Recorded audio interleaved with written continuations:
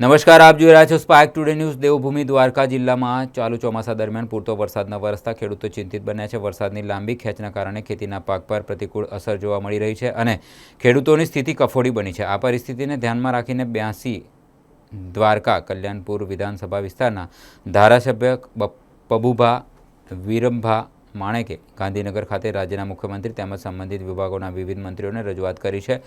રજૂઆતમાં સૌની યોજના હેઠળ દ્વારકા કલ્યાણપુર વિસ્તારમાં ડેમો તાત્કાલિક ભરવામાં આવે જેથી ખેડૂતોને સિંચાઈ માટે પૂરતું પાણી મળી રહે અને કૃષિ પાકને બચાવી શકાય તેવી માંગ કરવામાં આવી છે। આ ઉપરાંત રાજ્યના ઉર્જા મંત્રી સમક્ષ પણ મહત્વની રજૂઆત કરવામાં આવી છે, જેમાં દ્વારકા જિલ્લાના ઓખા મંડળ અને કલ્યાણપુર તાલુકામાં ખેડૂતોને પૂરતો અને નિયમિત વીજ પુરવઠો ઉપલબ્ધ કરાવવામાં તેમજ વારંવાર વીજ વિક્ષેપણની સમસ્યાનો કાયમી ઉકેલ લાવવા માટે બંને તાલુકામાં કેબલ આધારિત વીજ લાઇન કેબલ તાર નાખવાની માંગ કરવામાં આવી છે। ખેડૂતોના હિતને પ્રાધાન્ય આપતી આ રજૂઆતને તાત્કાલિક સ્વીકારી સરકાર દ્વારા જરૂર કાર્યવાહી કરવામાં આવે તેવી વિસ્તારમાં ખેડૂતો અને સ્થાનિક લોકોમાં અપેક્ષા વ્યક્ત કરી રહ્યા છે।